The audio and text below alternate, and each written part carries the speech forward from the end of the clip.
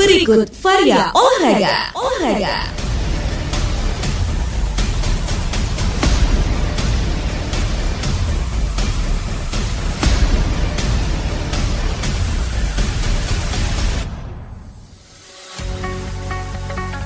Laskar Sape Kerap nyaris mengalami kekalahan di kandang sendiri dari Rans Nusantara pada laga lanjutan kompetisi Liga 1 Indonesia pekan ke-24 di Stadion Gelora Bangkalan.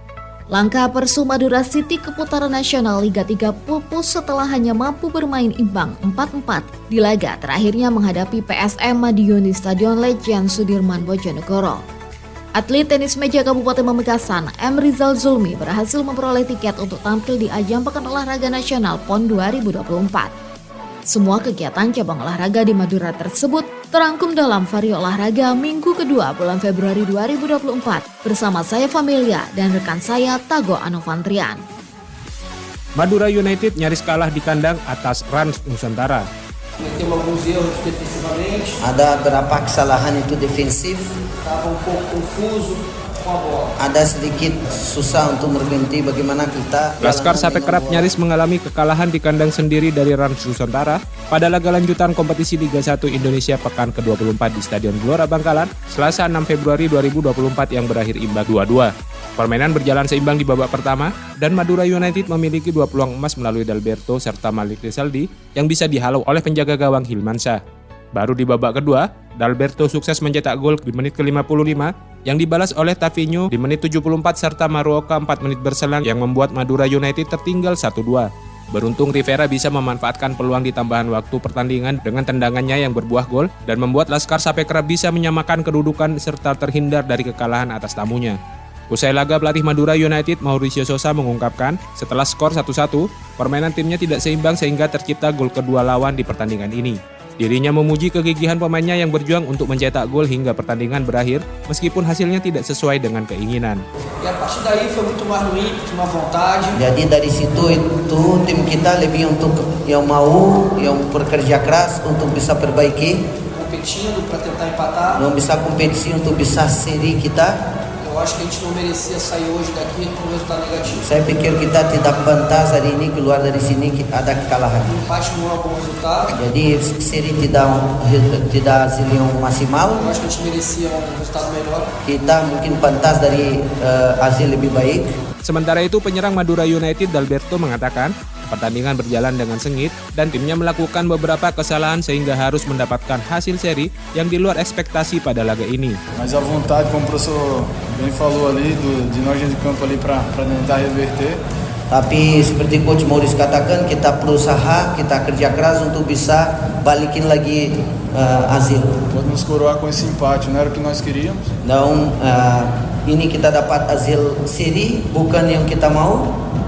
Mas é isso, trabalhar para o próximo jogo a gente ir atrás dos 3 pontos. Tapi kita kerja keras, pikir pertandingan ke depan, dan untuk bisa dapat hasil maksimal. Hasil ini menambah perolehan poin Madura United menjadi 36 dan berada di peringkat 6 klasemen sementara hingga pekan ke-24. Sementara untuk lanjutan pekan ke-25 Liga 1 Indonesia, Laskar Sape Kerap akan menghadapi tuan rumah Macan Kemayoran Persija Jakarta tanggal 22 Februari mendatang. Imbang 4-4 Persu gagal ke putaran nasional Liga 3.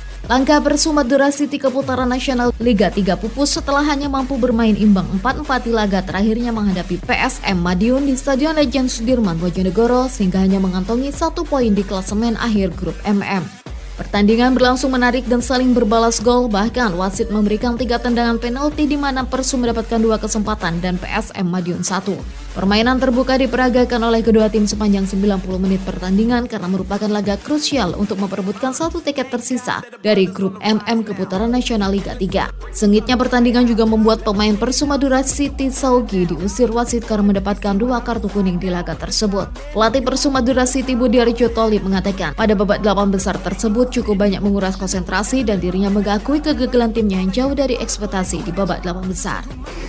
Saya pikir kita tetap tenang ya, nggak usah panik, dan ini semua adalah tim yang bekerja. Dalam hal ini saya sebagai pelatih kepala, kita tetap terus intens saja untuk melakukan apa yang menjadi kewajiban kita seperti kita latihan. Kenapa? Karena kita bukan 6 memang yang mewakili Jatim, tetapi mungkin ke 7 atau 8. Tetapi kita tetap mengakui bahwa di 8 besar ini kita adalah tim yang sangat-sangat jauh ya dari harapan. Sementara itu, Kapten tim Persu Madura City Sandrian meminta maaf kepada seluruh masyarakat Sumeneb atas kegagalan di babak 8 besar yang membuat timnya tidak bisa melangkah lebih jauh untuk mencapai target.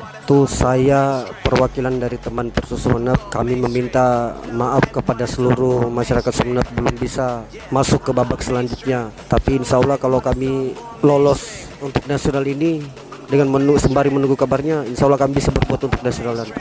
Sekali lagi meminta maaf saya bersama teman-teman. Persu menduduki posisi paling buncit di klasemen akhir grup MM dengan poin 1, sedangkan PSM Madiun meraih 4 poin dan berhak meraih tiket ke putaran nasional Liga 3 mendampingi Persibo Bojonegoro dan Persedikat Kediri. 2 karateka Sumeneb terpilih perkuat Inkai Jatim prestasi di Kejurnas. 2 atlet Institut Karatedo Indonesia Inkai Cabang Sumeneb, Reza Presa dan Lintang Orsida terpilih pengurus Provinsi Pengprov Federasi Olahraga Karatedo Indonesia Forki Jawa Timur untuk memperkuat Inkai Jatim prestasi pada kejuaraan nasional Kejurnas Divisi Infanteri 2 Kostrat yang akan dilaksanakan di Malang.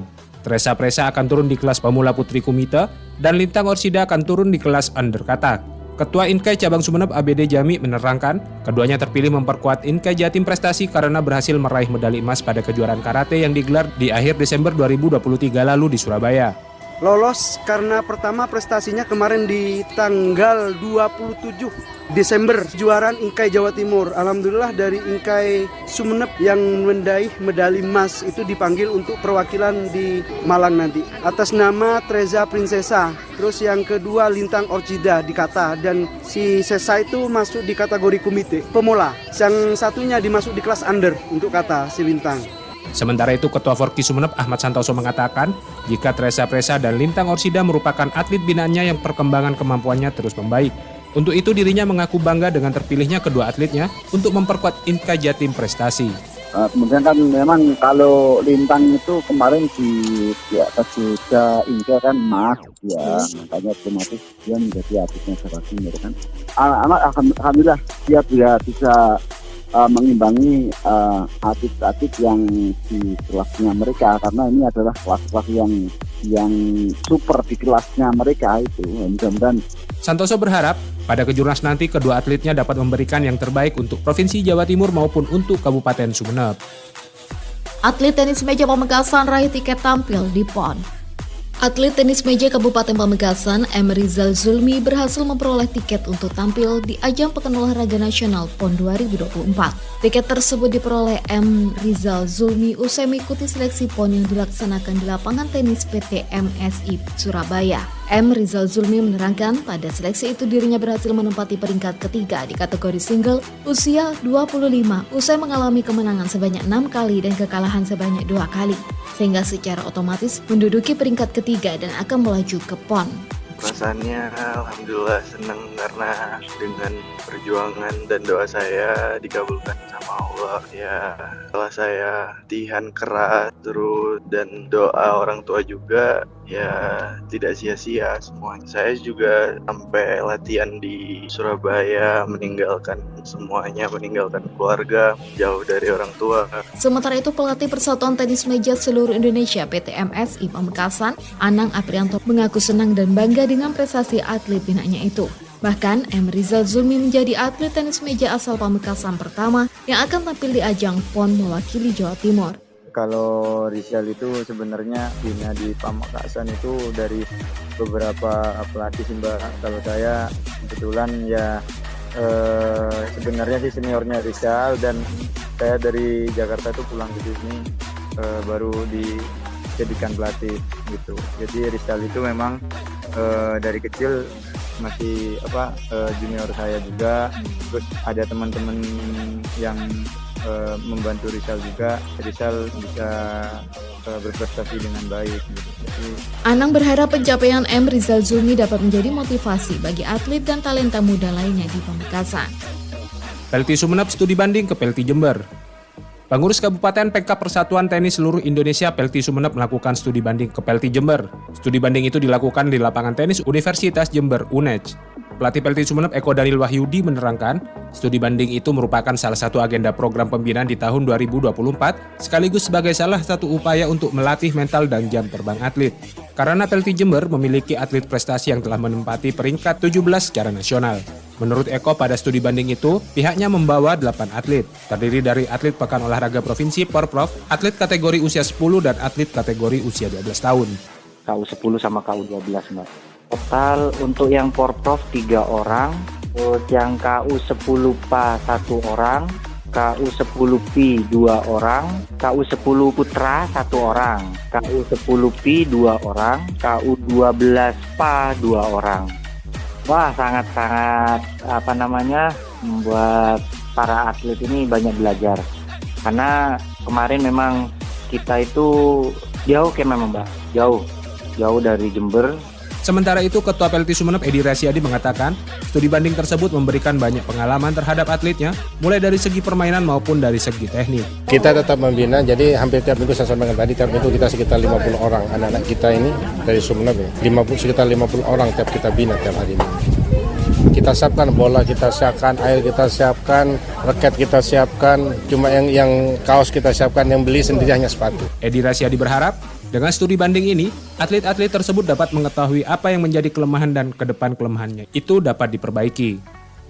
Kejuaraan Pencaksilat Open akan digelar di Bangkalan.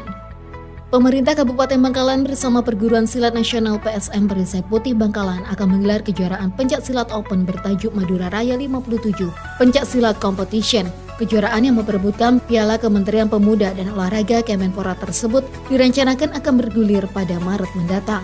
Ketua Umum Ikatan Pencaksilat Indonesia IPSI Kabupaten Bangkalan Edi Kiswanto mengaku jika IPSI sangat mendukung kegiatan yang dicanangkan oleh pemerintah kabupaten setempat, karena kejuaraan itu juga menjadi wadah bagi para atlet serta ajang untuk mengasah kemampuan atlet. Tidak hanya itu, kejuaraan itu juga dapat menambah jam terbang bagi atlet.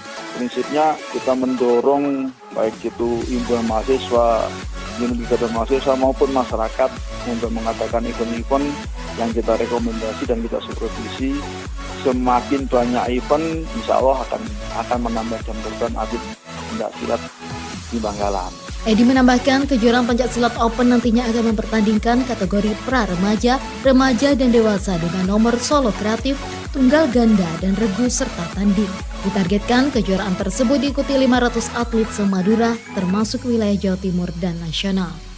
Sekian Vario Olahraga, rangkuman aktivitas olahraga di Madura, minggu kedua bulan Februari 2024. Sampai jumpa pekan depan, salam olahraga.